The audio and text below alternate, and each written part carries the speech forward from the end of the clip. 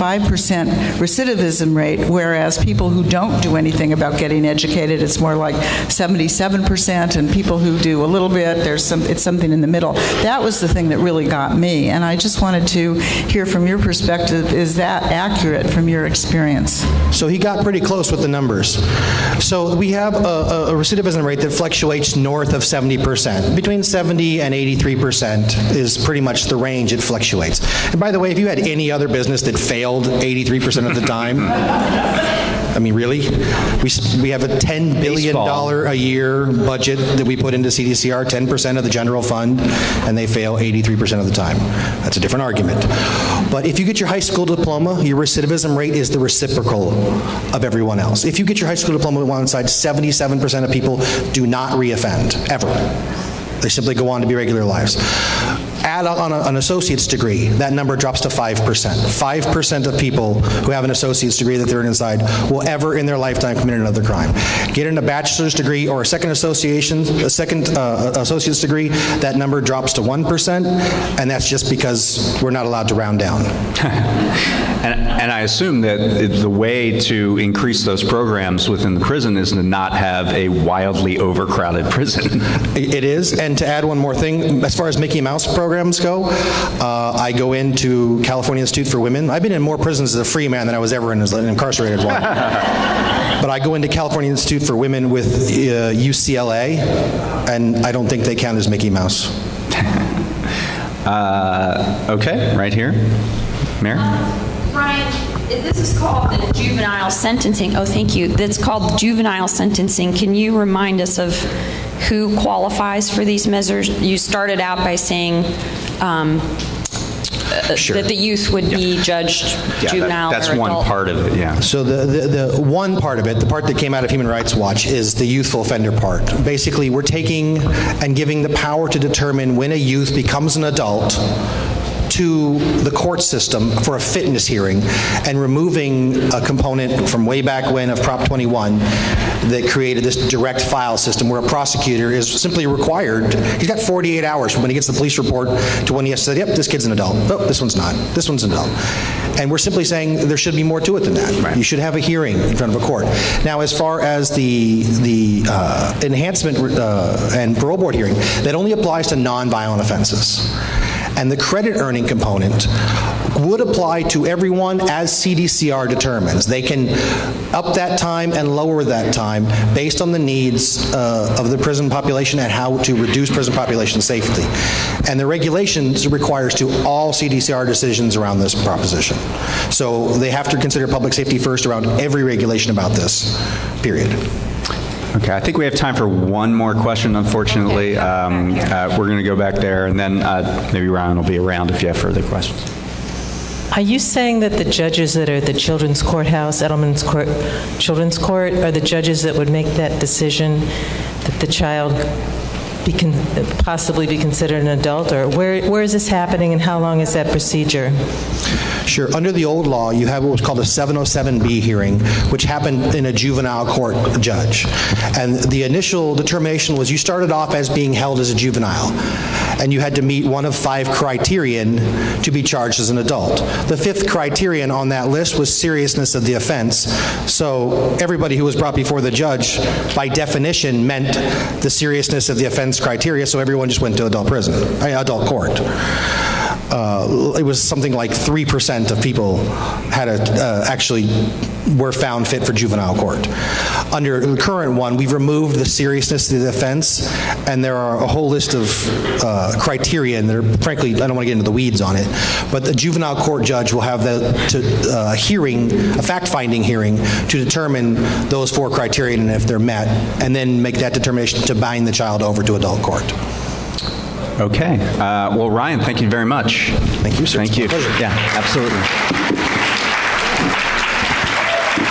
All right.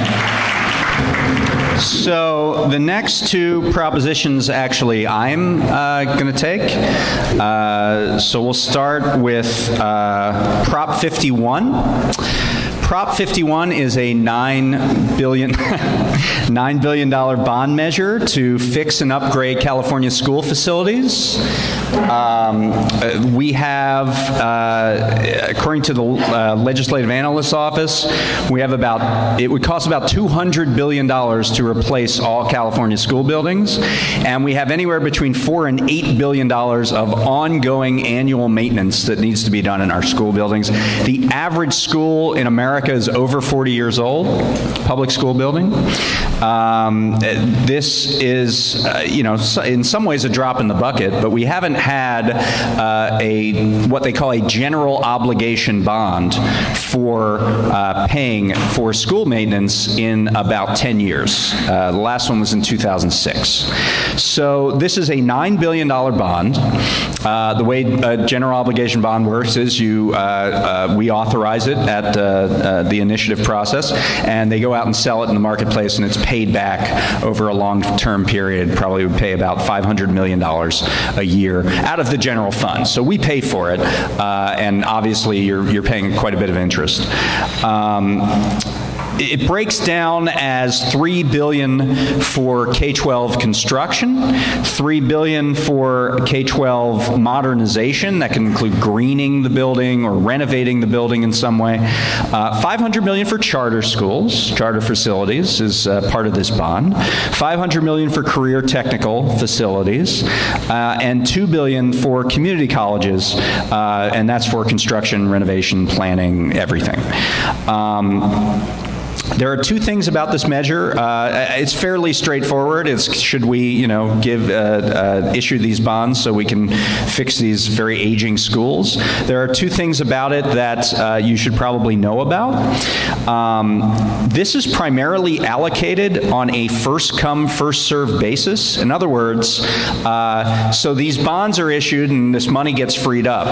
The first school that puts in a grant application is the first school that gets the money to construct or renovate the facility. And that is something that tends to reward school districts that have the resources to have a full-time grant writer or to apply quickly, and that's Beverly Hills and not Compton usually.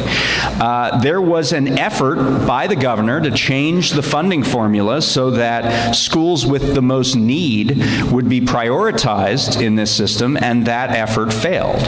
So if we pass Prop 51, the system that I just described would be locked in for this $9 billion of bonds. And the governor actually opposes Prop 51 for this reason, because he wants to change the way that we allocate this. And the larger question is, why are we using bonds that are one-time measures to fund ongoing facilities maintenance? Why aren't we using the general fund to fund facilities maintenance, which we largely don't? I mean, the way that we have this system for issuing GO bonds, and this is most of the way that school facilities maintenance is actually funded in the state, and they need a 2/3 majority in the legislature to do a GO bond, or you can go to the ballot, which is why we get them at the ballot. At the local level, you can do a general obligation bond, or you can do a developer fee on new construction for developers. That's another way that you can fund facilities maintenance. And actually, if there's a bond in play, the fee on developers can only be for 50% of that facilities maintenance. But if there's no state bond out there, in other words, if the state is not contributing, then the local school district can levy developers at 100%.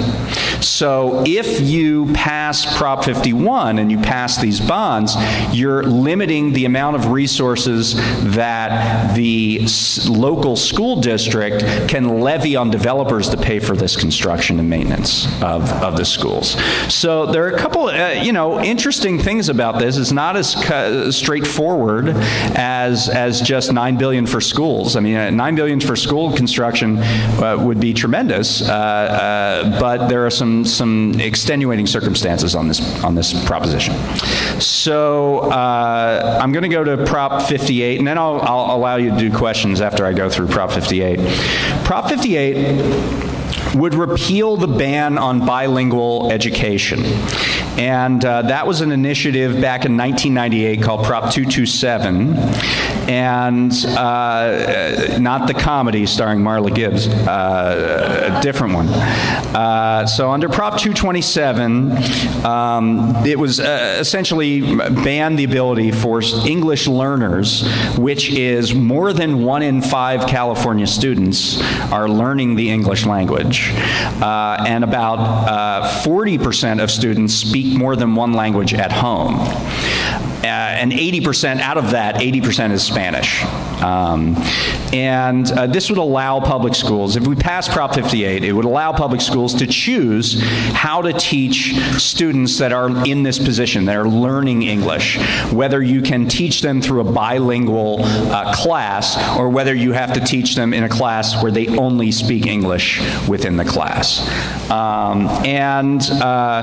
This would involve community input under Prop 58. The community would have to be solicited by the school district and asked about whether or not, what's the best way to teach children within that school district. Schools would still have to ensure that students learned English through the class, but they could teach them in such a way that doesn't, throw just English at them when they don't know the language. School boards support this, and so do actually the chambers of commerce of Los Angeles and the Silicon Valley, where there are large concentrations of English learners in the school. There's very little opposition to this. It got a 2/3 vote in the legislature to put it on the ballot. It's only on the ballot because Prop 227 requires changes to be done by the people. This is why we are in this position sitting here on a Friday night. One of my key ballot measure to reform ballot measures would be stop this thing where you can only change it on the ballot. But that being neither here nor there, this is about Prop 58 and the best way to teach students who are thrust into a situation where they don't know the language and need to learn it and get up to speed on it. So that's Prop 51 and Prop 58. Does anyone have any questions on those? Yes. Question about Prop 51. Mm-hmm. So let's say that Beverly Hills is the first one to submit a grant. Right. They submit a grant for $100 million. There has to be some process, though, where somebody's going to say yes or no or how much, correct? So it's not just the first one to submit a grant, is it? It really is a first-come, first-served basis. Well, what if they submit a grant saying we want $9 billion? No, seriously. Right. I mean, obviously the grants are looked at for viability and for, how much is this going to cost and everything. But if the grants go through a particular process of approval or disapproval, and cost is one of the factors in that. But if it's a reasonable proposal, it's going to pass if it's the first one in the bucket. And that's, something to be a little bit unnerved about, I think. Yeah. Just quickly, the next vote on 58, would that mean possibly more English as a second language courses?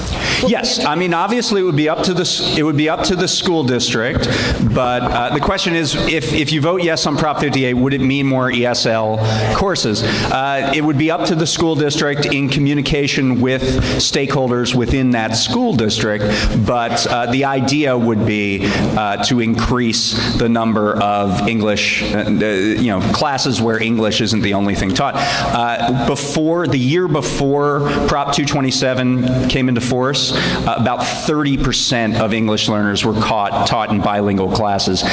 Within 5 years after, it was about 5%. So there's a waiver process within Prop 227 where you can kind of force a bilingual class on a school district, but it's a very high bar. So there are some right now that are bilingual education classes, but it's very rare, and it would be much more prevalent under Prop 50. This was a terrible policy. I just want to say, having been in an elementary school, actually in the Palisades, where we had 2 bilingual classrooms, and they were enormously successful in immersion. And I remember when this passed, and I think the recognition by many that this was a wrong-headed policy. So I hope everybody does support it. Yeah. Don't bias the process, Susan. All right, one more question. I just have a quick question for 51. I'll get to you as well. Okay. Just yes. for Proposition 51. Okay. Quick question. Who actually controls the funds? The state. So there's a state process that controls the funds. But what does that mean? Like, what entity in the state? Exactly who? What body? My assumption is it's the Department of Education, but I don't know the specifics of exactly what office within the Department of Education. Okay. But my assumption is it's the Department of Education. Yeah. Okay. My question is similar to hers because I wanted to find out on the 227, will there be a board or a panel established to read the grants and make a determination as to who as per the grant, which schools? As per the current process, it would be within the Department of Education, and also I think the community college chancellor, that office, would also have something to do with specifically with respect to community colleges, because the GO bonds are not just for K through 12, but also for community colleges as well. And I mentioned how it was divvied up, but it would be that particular agency within the Department of Education that would make the determination.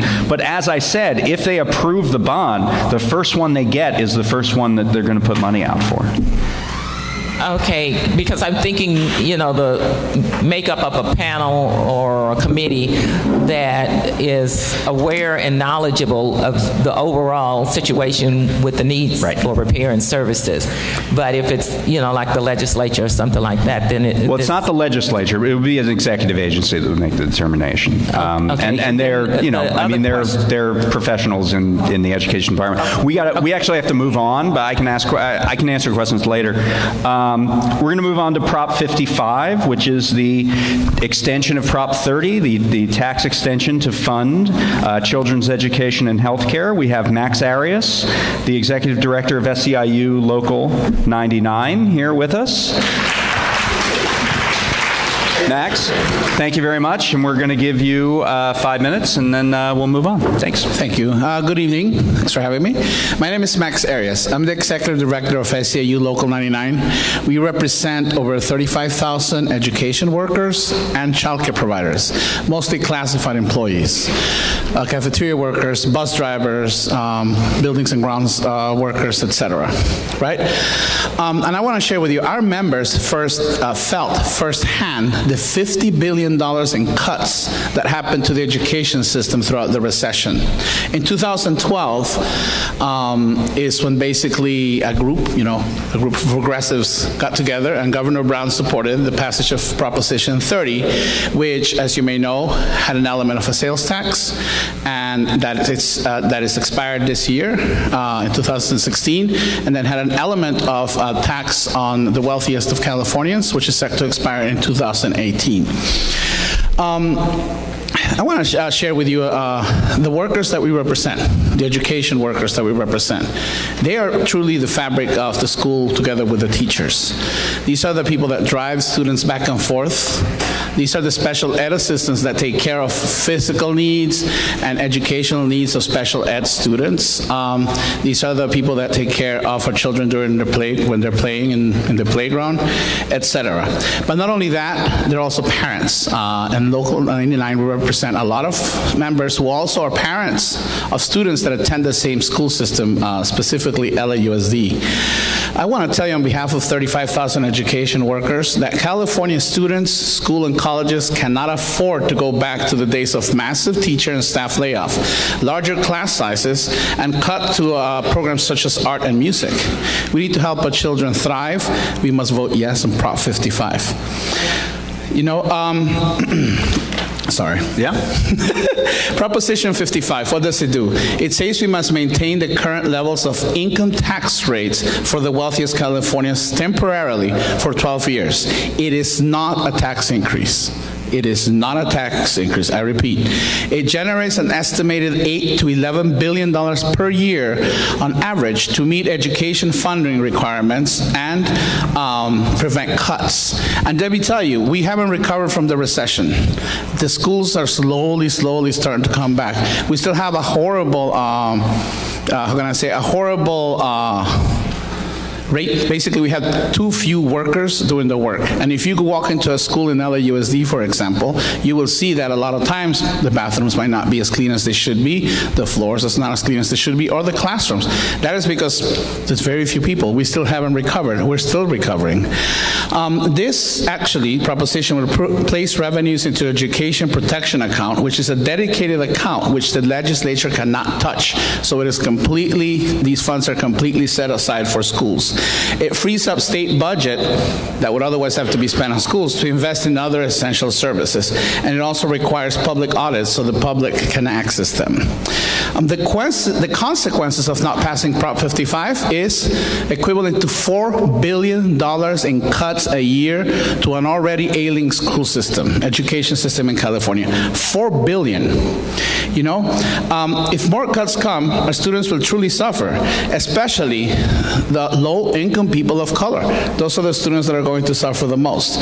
If they are ever going to have a shot at the American dream, we must figure out how to fund education. And I tell you, if we don't pass Prop 55, the state will pay in the future. So thank you. Thank you. So, Max, this isn't the money that's allocated off of Prop 55 doesn't just go to schools, correct? It also goes to Medi-Cal. Well, there is actually up to $2 billion can be dedicated to invest in actually a medical program which is just for children, which is healthcare services for children. Okay. And then some of it does go to the budget reserve, correct? Well, yes. There is a formula that it can go to the budget reserve, basically to the rainy day fund that the government has. The rainy day fund. Yes. Okay, very good. And just to be clear, this is more of a comment than a question. Before we had Prop 30, the largest tax bracket, income tax bracket for California started at $52,000 a year. Like, that was the millionaire's bracket. That was the largest bracket. It started from if you made $52,000 a year, or if you made $10 million a year, you paid the same tax rate as the top marginal tax rate in income tax. That's how it was. Prop 30 added 3 brackets, one at $250,000, one at $300,000, and one at $500,000. And this would just extend those. They have been the law since 2012, and this would just extend those another 12 years. Otherwise, they would expire in 2018. No, they would just continue at the continued level. This is an idea, this is a measure that would extend them and not roll them back to where it was, where someone making the median wage pays the same tax rate as someone who, is on the LA Clippers. So, just to be clear on that. Does anyone have any questions on Prop 55? We'll start here with the mic, and then we'll go to you. Yeah, I was just wondering, whatever happened to all the money from the lotteries that was supposed to go to school education? I mean, you see the lotteries, hundreds of millions of dollars, and we used that before we passed that law. don't know if people heard that. The lottery money. Oh, okay. That was supposed to, fund education, and we see hundreds of millions of dollars all the time on these lotteries, and I'm just wondering why this wasn't the end all for education. Look, I don't know. I don't know where the lottery money is. All I know. I mean, the short answer is we have lots of schools in California, and it costs a lot of money. Over half of the state budget goes to schools. So, I mean, that's part of the answer. Partly. I don't know. What I do know, though, is we have an opportunity right now to vote, to be able to fund for the next 12 years, to be able to continue, and it's still not going to get us out of the pre-recession levels. So. In response to the question about the lottery, it was never supposed to pay the basic costs of education. It was supposed to be for extras, and they steal it for basic costs. My question is, why does it have to stop? Why does it have to sunset at 2030? Why can't it just go on forever? Again, I don't know why it has to sunset, because I think it's because if you put something permanent, it's going to be harder to pass. If you put like a permanent tax forever, it's just going to be harder to pass than a temporary tax, and that cannot be the permanent solution, just relying on that tax itself. Of course, the real solution is to create a majority rule situation in California where you don't need a 2/3 legislative vote to pass taxes. That would be the actual answer to that question. Last question.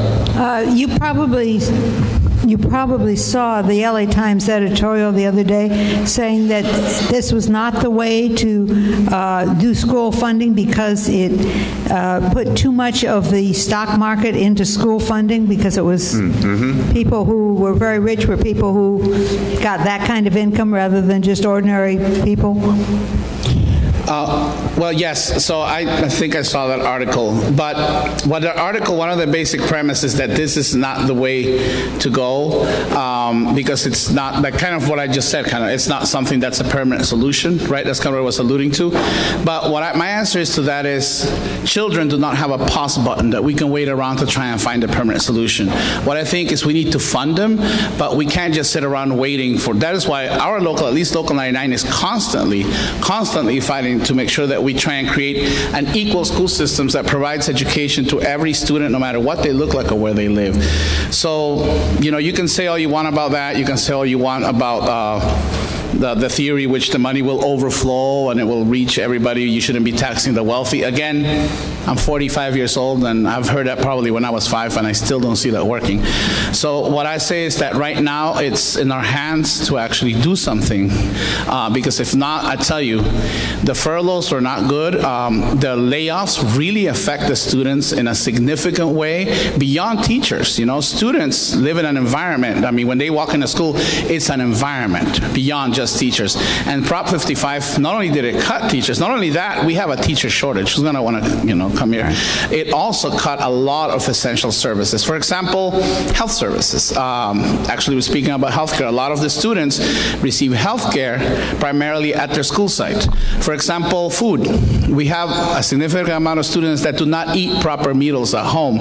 They actually eat at the school site. All this is important. So we can do a lot right now to help our students thrive. That's why we must vote on Prop 55. All right. So this part of it is not denying the funds. It's taking off the sales tax. It's denying the funds. Excuse me, the sales tax? The sales tax is going to expire. This is going to expire in 2018. Well, that's not now. So whatever your power it's not. Now is not through this. It's through the sales tax. Well, the sales tax does expire. The sales tax expires this year. The other one expires in 2018, but we can't be waiting until 2018 to wait to see if there's a cliff and wait till 2018 to see if we can do something about it. Right now, it's a presidential year. It's the year to do it. All right. I think that's all we have time for, actually, but if you have a question, I'm sure he'll be around. Thank you. Thank you very much, Max. All right. Okay, we're going to move along. We're a little bit late, but we're going to try to make up some time. We're going to do the 2 plastic bag measures, which are kind of tied together. That's Prop 65 and Prop 67, plastic bags tied together. Okay. I'm going to bring up Tova Handelman. She's the Coastal Resources Coordinator for Heal the Bay. Welcome. Thank you for being here. And we're going to give you 5 minutes to talk about 65 and 67. Thank you. Great. Hi, everyone. Can you hear me? Okay. Everyone good? Okay, great. My name is Tova Handelman. I'm representing Heal the Bay. Just a quick question I always like to ask people when I have a big room. How many people have heard of Heal the Bay? Awesome. I'm so happy to hear that. If you don't know us, we are a local nonprofit. We're just actually on 9th and Santa Monica. And we do ocean conservation, and we also do waterways conservation for Los Angeles and Santa Monica area.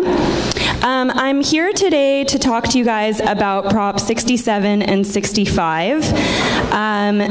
But before we get to 67, I'd like to start first with 67. Before we get to 67, I want to back up 2 years ago, because some of you guys might be thinking, wait a minute, I'm kind of having deja vu. Didn't we already ban plastic bags in California? And the answer is yes. 2 years ago, we voted and passed SB 270, which was signed by Governor Brown, and that was to ban plastic bags. Now, what happened, and this is why this gets so confusing, what happened is, right when it was signed, the plastic bag manufacturers raised a ton of money, millions of dollars, to get enough signatures, and the way that they got those signatures is a little bit sketchy, so that's another story. But they raised a ton of money to get enough signatures to put it on referendum, which is now what Prop 67 is. So Prop 67 is essentially saying, do you want to uphold SB 270, or do you want to nullify it? So a yes vote on 67 means yes, we want to keep the plastic bag ban that we already voted that we wanted, and a no vote is no, we don't want this anymore. So the reason why I would like to tell you guys why it's important for us to say, yes, we want to uphold our plastic bag ban, there's a number of reasons. I could give you 10 just off the top of my head, but I'm going to give you the top 3 most important reasons, to me at least. The first is that plastic bags simply are a blight to our neighborhoods and our natural spaces. They're what I call the urban tumbleweeds. They just tumble around, and they don't look nice. They don't do anything, for us, really. The average consumer uses a plastic bag for 12 minutes, and these plastic bags end up remaining in our environment for over 1,000 years. They never fully biodegrade. So over 663 marine animals have been affected by plastic bags specifically, either being entangled in them or ingesting them. And specifically, sea turtles eat plastic bags regularly because they look just like jellyfish in the water. Jellyfish are a main source of sea turtles' nutrition. Unfortunately for the sea turtles and birds and sea lions and tons of other marine animals, and you can see I left some pamphlets in the back there. There's some very sad pictures of a baby otter entangled in a plastic bag. So what happens is their stomachs get filled with these plastic bags, and they essentially end up starving to death because they can't pass it and because they're not getting any extra nutrition from these plastic bags. So some people might think, well, I never really interact with sea turtles. I know none of you guys think this, but maybe some of your friends might be like, I don't interact with sea turtles. Why do I really care about them? The thing is that it's not just sea turtles. It's also fish. A recent study just came out that says that if we don't stop our current rates of consumption of plastic, then by the year 2050, plastic in the ocean will outweigh fish. That's staggering. So we have over 155 municipalities in California that have already banned plastic bags from their cities or counties. We've seen the numbers over and over again that in every city or county that a plastic bag ban has been enacted, there's been a dramatic reduction in the amount of plastic bags that are in the waterways and clogging up our storm drains. Okay. Thank you. Do I get a little bit more time to talk about 65? Because I'm talking about two. I'm going to ask you about 65. Okay, great, because I want to make sure that everybody understands. Let me ask you about 65. So 67 just upholds the current law, or the law that was passed 2 years ago. So 65 says, one of the things in the law is that any store, if you want to get a carryout bag of any kind, not plastic, you have to pay 10 cents. And that goes to the store, and the store does, advertising on getting people to use multi-use bags, reusable bags, and things like that. 65 takes that 10 cents, takes that money, and puts it into a state fund for wildlife protection and for drought mitigation, recycling, parks, beach cleanup, things like that. Could you tell me why that is problematic? What is the issue with Prop 60? This is a leading question. What is the issue with Prop 65? Because I imagine that would sound pretty good to people. Yes, so the issue that we have here now is that I'm sure everybody is like, okay, well, we're going to vote yes on 67 because we want to save the environment. However, and then you're going to look at Prop 65, you're going to read that the money will now be directed, the money that for the charge of the paper bag or otherwise reusable bag will go to an environmental fund. And that sounds great. You want to help the environment, so let's vote for 65 as well. However, here's where the issue is. This environmental fund, and I put it in quotes, is vaguely written. We don't know who will be in charge of it, where the money will go, why it's even there, and the plastic bag manufacturers are the ones that are authoring 65. So basically the reason why 65 is problematic is because it says, and everybody will read, 65 will put the money towards an environmental fund. What the fine print, and I say fine print because it's actually fine print, at the bottom of 65 says, if 65 gets more votes than 67, then 67 is null and void and 65 wins. So therefore, there is no 67, which means there is no charge for this. There's no 10-cent charge on the paper bags. And potentially no plastic bag ban, right? And no plastic bag ban. Right. So the only people who profit from this is the plastic bag manufacturers. Right. So they're the ones who put 67 on the ballot because they were hoping that we would vote no on 67 to not uphold SB 270. But we're going to show them that, of course, we will vote yes on 67 and that we are too smart to deal with their little tricks, and we are going to vote no on 65. So my question, not for you, but for the California Democratic Party, is why they were neutral on Prop 65. But maybe you should ask them that yourselves. Are there any questions on 65 and 67? Any questions out 65 there? 65 can be very tricky, so I'm happy to talk more about 65. Go right ahead, sir. Would this include all plastic bags at the supermarket? Would this include all plastic bags, those that you would put in vegetables and grapes and everything? That's a great question. So Prop 67, which is the same as SB 270, which we've already, voted in, it only bans single-use carry-out bags. So that means the plastic bags, basically the plastic bags that you get from grocery stores, liquor stores, convenience stores, and pharmacies. So bread bags, meat bags, vegetable produce bags, those would still be available at the grocery store as it is right now. So a lot of people actually are saying to me, oh, but you know, I actually really like plastic bags. I use them daily. I use them to pick up my dog poop, things like that. There's so many other plastic bags that are available at the grocery store, such as the produce bags. What do we all do with our bread bags? Most of us just toss them out once we're finished with the bread. Those things can be reused. And finally, it does not. You can still get plastic bags from non-grocers, so like Macy's or any of the other stores that are not groceries or pharmacies. So plastic bags are not going away, but that's a big place. We have just time for one more question, so I'll go here. So this extra 10 cents charge only applies to plastic bags. What about brown ones, paper? Yeah, go ahead. So the 10-cent charge is actually for paper bags. It's for paper bags or other types of reusable or recyclable bags. So all types? Yes.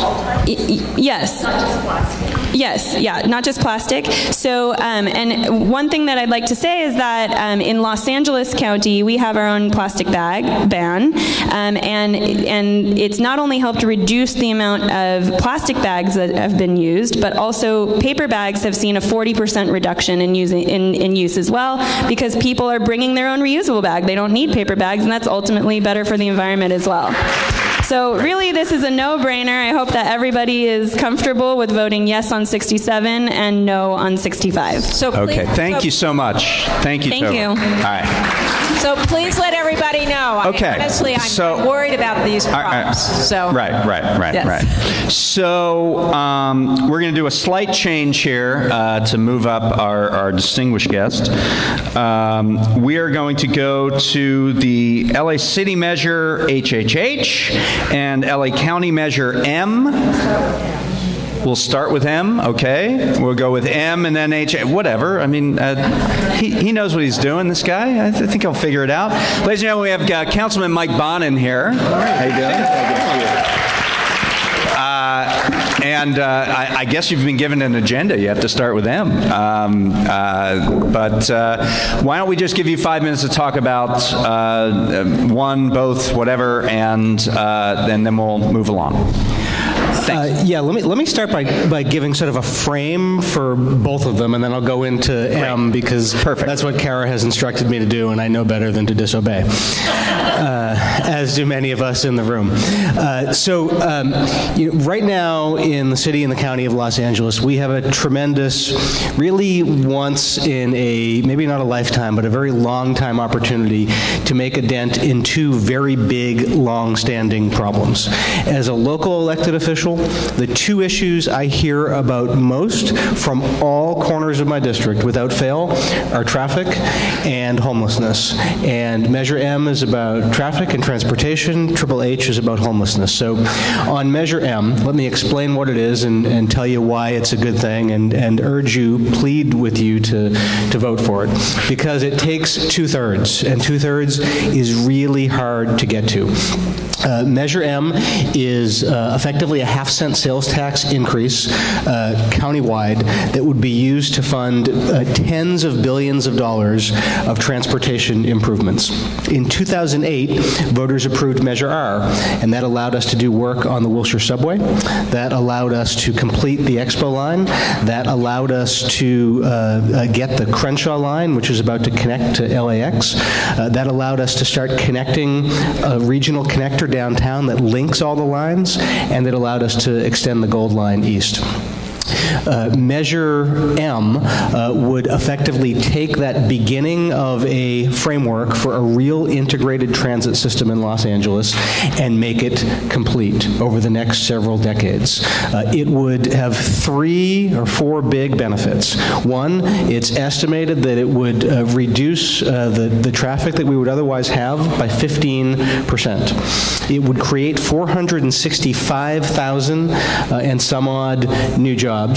and it would return to each city in the county of Los Angeles millions of dollars every year for money that can be used for street and road repair, for signal improvements. The city of Los Angeles in the first year would get $53 million in this kind of money to help us fix our roads. It would also allow us to keep fares low for seniors, students, and the disabled, and it would put money back into the system to keep things in a state of good repair going forward. It's endorsed by the mayor, by AARP, by the Sierra Club, by a whole host of folks. Some big projects that would be huge for this part of town, ones that Supervisor Sheila Kuehl and I fought very hard to get into this measure, are something I think is profoundly game-changing for Westside traffic. We're building a rail connection to the airport now. This would make it a much better connection. It would also give us a rail connection, a mass transit connection, and other features from LAX north into the San Fernando Valley through the Sepulveda Pass. It would go all the way to Van Nuys. One of the biggest game-changing things we can do, because if you look at a map of transit in Los Angeles, I always say you can't play tic-tac-toe on it because there's not enough up and down lines. This would give us that. Helps relieve pressure on the 405, which relieves pressure on Lincoln, which relieves pressure on Centinela and Inglewood and every other street. It would also give us the ability to take the Crenshaw line, make it go all the way up to Hollywood and West Hollywood.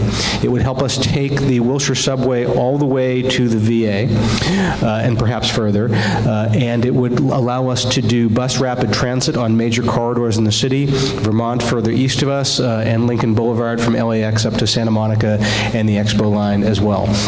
Really big, game-changing projects that would be very, very helpful to the West Side. Great, great. And we'll be dead by the time these are ready. So tell me why we should make this investment for our children. Well, we need to make the investment for our children. The population of Los Angeles over the next couple decades is going to grow by 2.5 million people. And where are they going to go? And how are they going to get there? And unless we start building alternatives to the single occupancy vehicle, and that is transit, and that's making a more friendly city for walking and bicycling as well, we are all going to be stuck forever in gridlock that is going to make this look like what we have now, a day at the park. Many of these projects, some at the beginning of the 40 years, some at the end of the 40 years, but what we've built into this is the ability to expedite projects as other funding becomes available. And we have had a remarkable track record under a Democratic administration, which I hope we have more of in the coming years, of getting federal matching funds for a lot of our projects, Crenshaw, Wilshire, all of these projects, and it's because the federal government doesn't like to just hand out money. The federal government likes to give its transportation money to jurisdictions that have come up with their own money.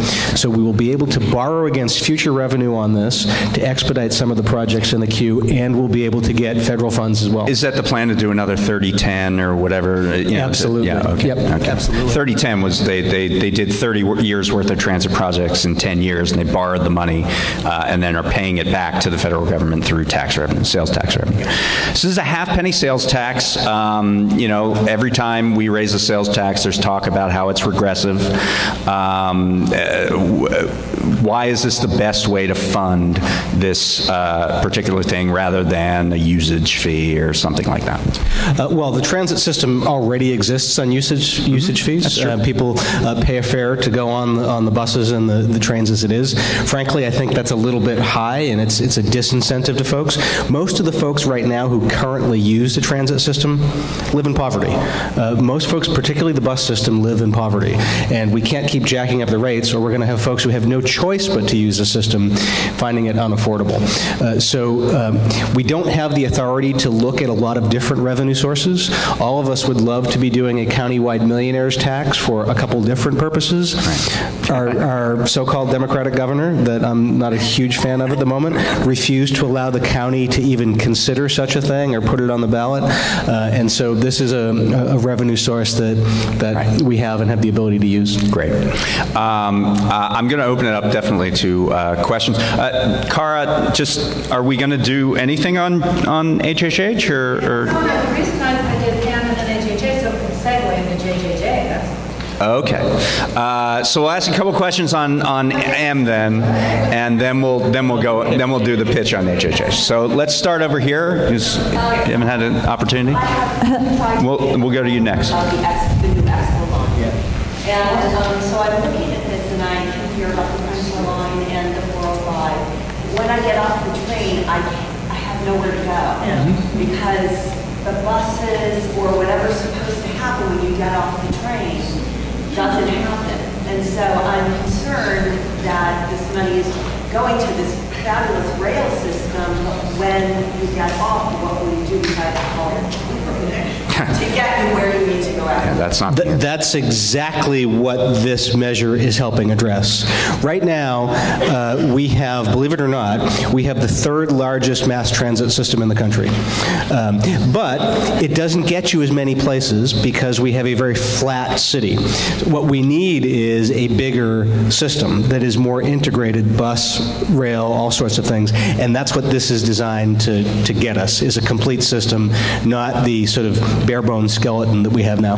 I'm going to go over here, right here. Yes. What do you say about the people that say that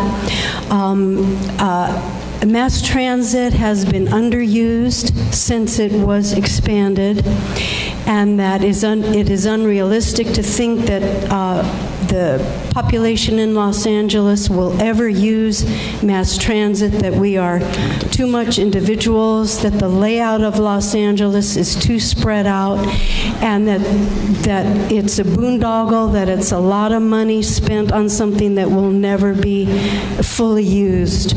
I say politely and respectfully that that's ludicrous.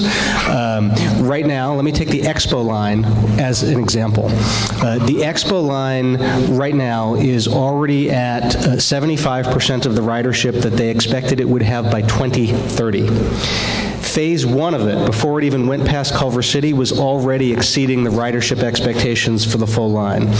Over 50% of the people who are using the Expo line, according to the surveys we've conducted of passengers, are people who switched from an automobile to the Expo line. The Expo line has been phenomenally successful, despite the barriers that were just articulated.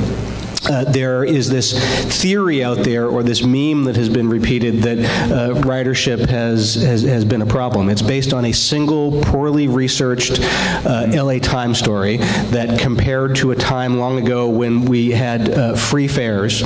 If you look at where we are from before we built out Measure R a couple years ago, before Measure R was approved, and where we are now, ridership is up and ridership is booming. Also, as I indicated, the population here is going to grow by 2.3 million people over the next couple decades. Those are folks who are going to either get in a car and further clog our streets, making it absolutely impossible to move anywhere unless we provide alternatives. In Los Angeles, 47% of the trips that are made in Los Angeles are 3 miles or less. 87% of those trips are made by car. That doesn't make sense, and it's not sustainable. And I don't think it's because people don't like transit. I think it's because we haven't made it clean enough, or safe enough, or convenient enough, or accessible enough. And this is designed to do all of those things by expanding it, making it more integrated, and putting more money into state of good repair so that it works better, looks better, and is safer and cleaner. Okay, great. I think we have time for this one last question. I have a quick question. I'm wondering if this addresses, like you called back to when busing used to be free. I have a daughter at Samo High and one at Lincoln, and a lot of the kids don't ride the bus. They just up the fare from $1 to $1.25. We can afford it. A lot of my daughter's friends cannot afford it. And so you see there's 3,500 kids that come to school, parents are driving them, parents are picking them up. It's near the freeway, it's Lincoln, new drivers. Why can't they show their student ID and ride the empty big blue bus for free? This makes no sense. And I I don't understand why the kids can't get around town that way. I don't want the inexperienced drivers, and I want them to be on the bus. My daughter said the bus takes off sometimes right as they're getting out of school because the bus driver doesn't want to drive them. I mean, there's a lot of problems there. You could solve a lot of problems, and nobody wants to hear it, and I'm very frustrated. So a couple points on that. One, Metro does offer reduced, not free, reduced fares for students. Big Blue Bus is a separate bus system. It's not part of Metro. It gets a little money, seed money from Metro, but it's an entirely different system. So that's part of it. The solution, though, to having inadequate bus service is not refusing to have more. It's actually providing more, which is what this does. And again, one of the things that this does is it sets aside a percentage of the money for reduced fares for students, seniors, and disabled. Great. We're going to have to move on because we are running a little bit behind. So we're going to segue right into HHH. And if we can just give you like 4 minutes on that and go ahead. So HHH, this is about homelessness and affordable housing in Los Angeles. Better than anything I could say is if you read the LA Times editorial from yesterday, which made the case brilliantly and cogently, and I thought in a very compelling manner. In Los Angeles, in the city of Los Angeles, we have in between 25 and 30,000 people who are homeless. 2/3 of them go without shelter every night. We have one of the highest rates of unsheltered homelessness in Los Angeles. There are many, many, many things we need to do to address the different types of homelessness, but ultimately the end of the pipeline is housing. We have to give people a place to live.